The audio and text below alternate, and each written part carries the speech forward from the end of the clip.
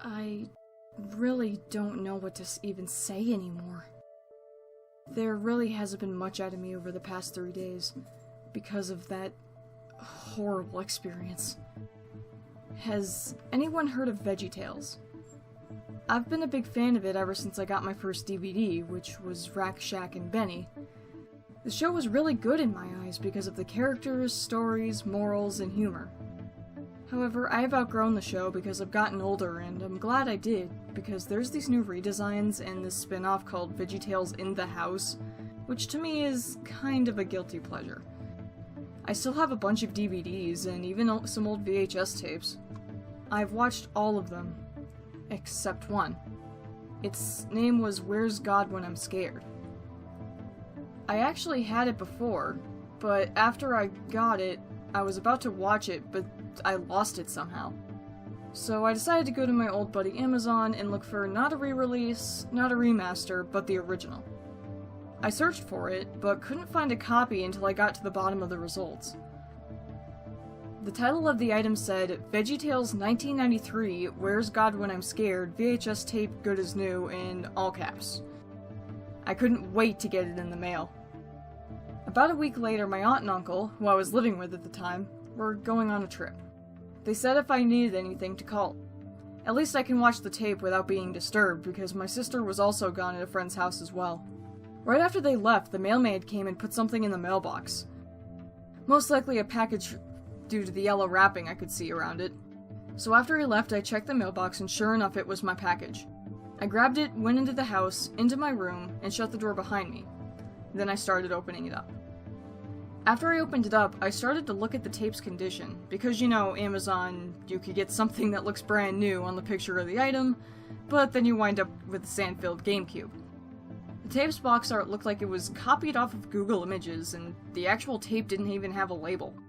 Geez, Amazon, thanks very much, I said in a kind of a sarcastic way, even though I was really happy to get the tape on the inside. Since I have an old VCR, thanks to the 80s, that I barely use anymore that I got from my uncle, I put in the VHS tape and pressed play. For some reason, it took 9 minutes to get it working. I'm guessing because of the bad condition. After 9 minutes of waiting, which felt even longer because I was so excited to finally watch it, the tape finally began. It seemed like everything was normal at first, for the first 15 minutes. It was a great episode that had a great lesson. God is bigger than any monster out there, followed by a funny silly song called The Water Buffalo. About when I was going to finish the other 15 minutes, it seemed like the tape got preempted because it showed a black screen for about 3 minutes. Not only was I super upset because I thought the tape didn't work after 15 minutes, or was recorded over the actual show, I was also mad that it seemed like I was scammed out of $10. But after a little complaining, the show seemed to restart because it showed the intro again. I was a little curious because the show normally doesn't restart unless it's over and you hear the tape rewinding inside the VCR. But I didn't hear it do that. When the actual show started, it showed Bob and Larry standing on the countertop as usual. But for some reason the atmosphere felt different, almost depressing. I mean, Bob and Larry were smiling and the background was as bright and colorful as ever, but for some reason it just felt depressing. Everything was normal until they started reading the letter. Bob read the letter out loud, and it said, Dear Bob and Larry, I am a mother of 2, and my youngest son died in a car accident last night. His dad fell asleep on the wheel and crashed into a tree. He was fine, but my son was killed. I don't know what to do anymore. I just hope you understand what I'm going through. Michelle. Bob looked really upset with the letter, and Larry didn't say anything clever or funny, which was pretty out of character for him. The story interrupted Bob and Larry before they could say anything about it.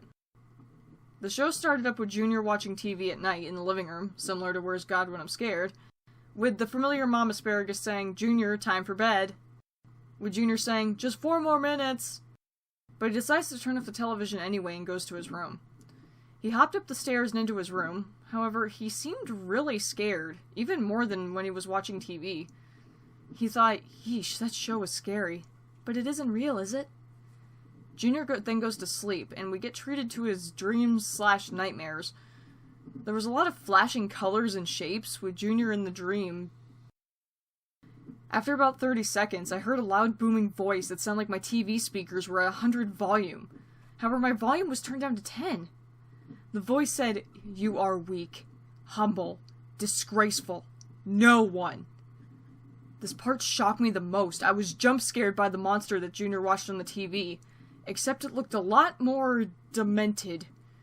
Junior woke up with not a scream, not a cry, but instead just a shocked expression. It cut to 2 days later. Bob and Larry were with Mom and Dad Asparagus. The dad said, "Junior hasn't come out of his room in 2 days. Is he sick? Is he coming down with something? Is he injured? We don't know because he never told us." They then went up to his room. Junior looked a lot worse from the last time we saw him. He was laying straight on his bed, staring straight up with red, bloodshot eyes, and he was drooling out of his mouth, which was agape. Bob closed his eyes and said, "Junior looks like he's in really bad condition." This was the first time I'd ever seen Bob this serious. They cut to Junior again, but he was shaking rapidly and started foaming out of his mouth. He seemed like he was crying as well. It cuts to a hospital building where a doctor that looked like Archibald said in a British accent, "Junior hasn't slept in 3 days, and he looks like he's shocked, almost in a coma state." His mom then said to Junior, "We didn't know you were scared, Junior. You should have told us." This was getting really disturbing, and I was just getting so uncomfortable watching it. After his mom said that, the heart monitor flatlined.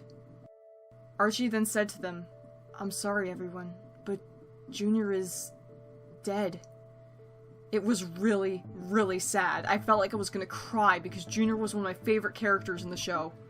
It cuts to a picture of the Asparagus family with Mom Asparagus crying in the background. While mixed in with the words, "He's gone, and I can't bring him back because I just can't live like this anymore."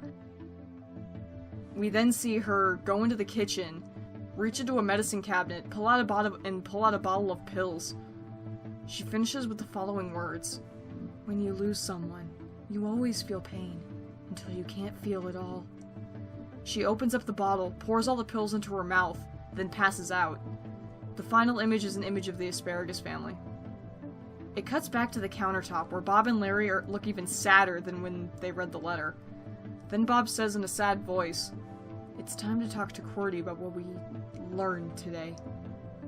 Qwerty didn't work though, and Bob was getting really angry at Qwerty for not working.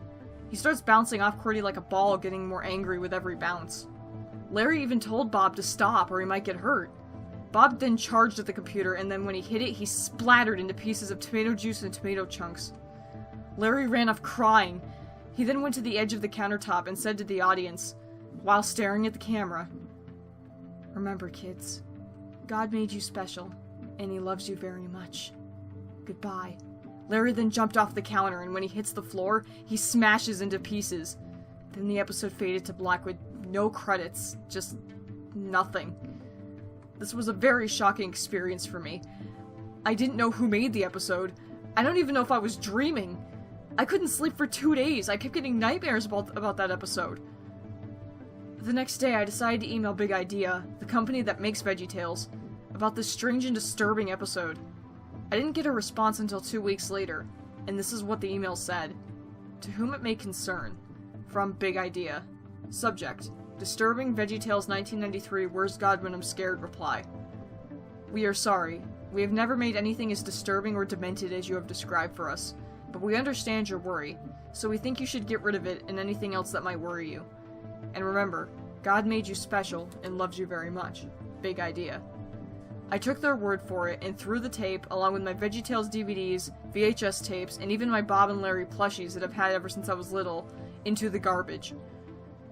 I tried to tell other people about it, even my closest friends and my aunt and uncle, but they didn't believe me. I was watching the news on TV, and there was a news story about a father and son who was driving last night, and they crashed into a tree.